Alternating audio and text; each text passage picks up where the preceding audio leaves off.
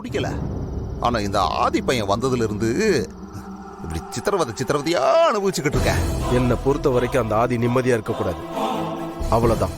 அது நீ பண்ணாலும் சரி இல்ல நான் பண்ணாலும் சரி. அப்புறம் என்ன சார், நீங்க நிம்மதியா போங்க, அந்த பையனை நான் பாத்துக்கிறேன். என்ன வேணா நீ அவனை கொடுமைப்படுத்து, ஆனா உயிரை மட்டும் எடுத்துறாத.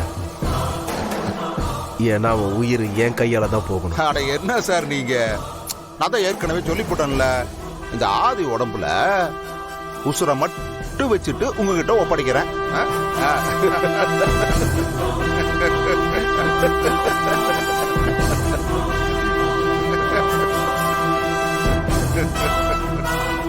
சார் இங்க இருங்க, இன்னையிலிருந்து அந்த ஆதி பயலோட சந்தோஷம் அம்புட்டும் ஒன்னொன்னா போய்கிட்டு இருக்கும். சார் இதுக்கு போய் பீதியாட்டு புடிங்க சார். அட புடிங்க சார், அட புடிங்கிறல்ல. இப்ப அடிங்க சார்.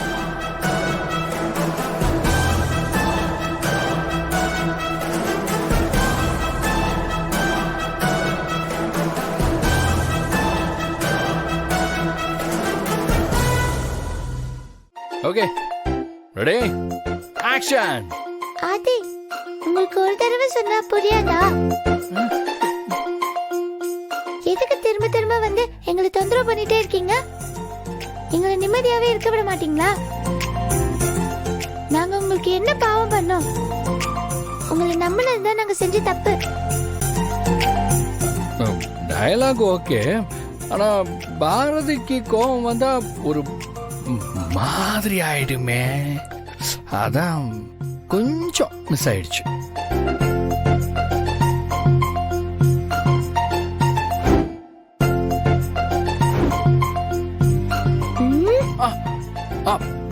இதான் மேடம், சூப்பரா இருக்கு. இல்ல ஓகே ஓகே தான். நெக்ஸ்ட் அழுகை. பாரதியோட மெயின் ஆயுதமே இதானே. இப்ப பாருங்க, அவார்ட் வாங்குற அளவுக்கு எப்படி அழுகுறேன்னு.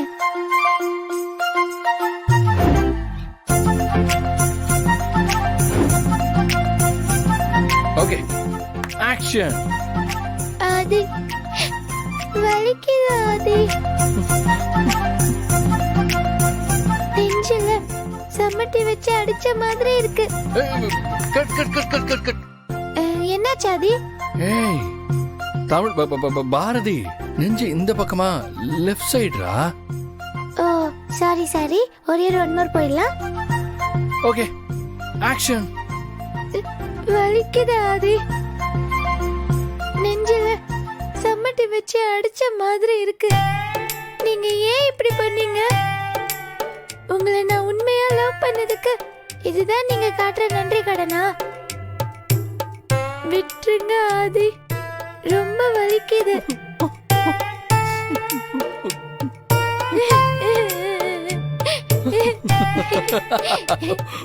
ஏய், நான் எப்படி இப்படிலாம் அழுத? அம்மா, நானாவது பரவாயில்ல, நீ இதை விட மோசமா அழுவ. பாருங்க ஆதி, என்னை எப்படி கிண்டல் பண்றான்னு. அது உண்மையதானே சொல்றேன். என்ன ரெண்டு பேரும் சேர்ந்து என்ன கிண்டல்?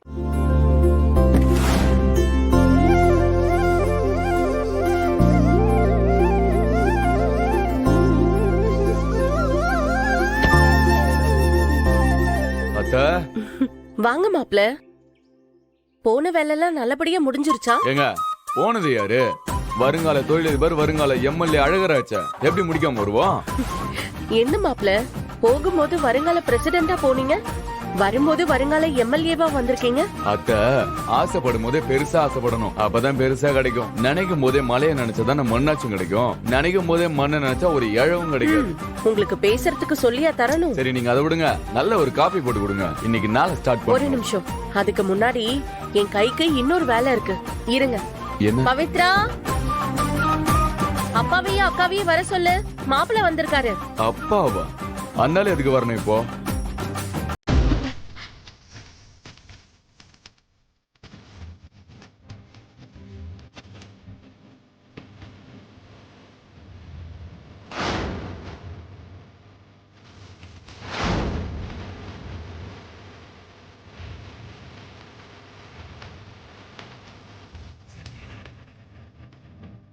ஹாய். ஓ, யாருக்கு இந்த மாலை ஆரத்திலாம்? உங்களுக்கு தான் மாம்ஸ். எனக்கா? நான் என்ன அரசியல்வாதி மாதிரி வெளிநாட்டு சுற்றுலாவை போயிட்டு வந்திருக்கேன். வேலை விஷயமா வெளியூர் போயிட்டு வந்திருக்கேன். எதுக்கு இதெல்லாம் பண்ணிக்கிறீங்க? இந்த ஆரத்தியும் மாலையும் வெளியூர் போனதுக்காக இல்ல, நீங்க தண்ணி கொடுத்தனும் போயிட்டு முதல்ல இந்த வீட்டுக்கு வரதால இந்த வரவேற்பு. இல்ல, நான் சீரியஸா தெரியாம தான் கேக்குறேன். உள்ளூர்ல இருந்தப்போ ஒரு பைய கூட என்ன மதிக்கல. இப்ப என்ன திடீர்னு இந்த அளவுக்கு மரியாதை? ஆ? அதுவும் மாமா கிட்ட மாலையெல்லாம் இருக்கிறத பார்த்தா லைட்டா டவுட்டா இருக்குதே. புரியல எனக்கு. இனிமே எல்லாம் அப்படிதான் மாப்ள. மாப்பிள்ள ஆமாண்டா. அவர் பொண்ண நீ கல்யாணம் பண்ணிருக்க, அப்போ நீ அவருக்கு மாப்பிள்ள தானே வரும். நைட் எல்லாம் வண்டி ஓட்டிட்டு வந்திருக்கேன். இதெல்லாம் தூக்க கலக்கத்துல கனவுல பாக்குற மாதிரி இருக்குது. இதெல்லாம் உண்மையா கனவா? நிஜம்தான். வலிக்குதுல்ல? கனவில்ல. அப்படி வரீங்க. ஏங்க என்ன பாத்துட்டே இருக்கீங்க? மாலையை போடுங்க. அது ஆண்டாளே, நீயும் போய் மாப்பிளோட சேர்ந்து நில்லு. வா. நான் ஊர்ல இல்லாத 2 நாள் ஏதோ பெருசா நடந்த மாதிரி தெரியுது. ஆமா மாப்ள, நான் மனுஷனா மாதிரி இருக்கேன்.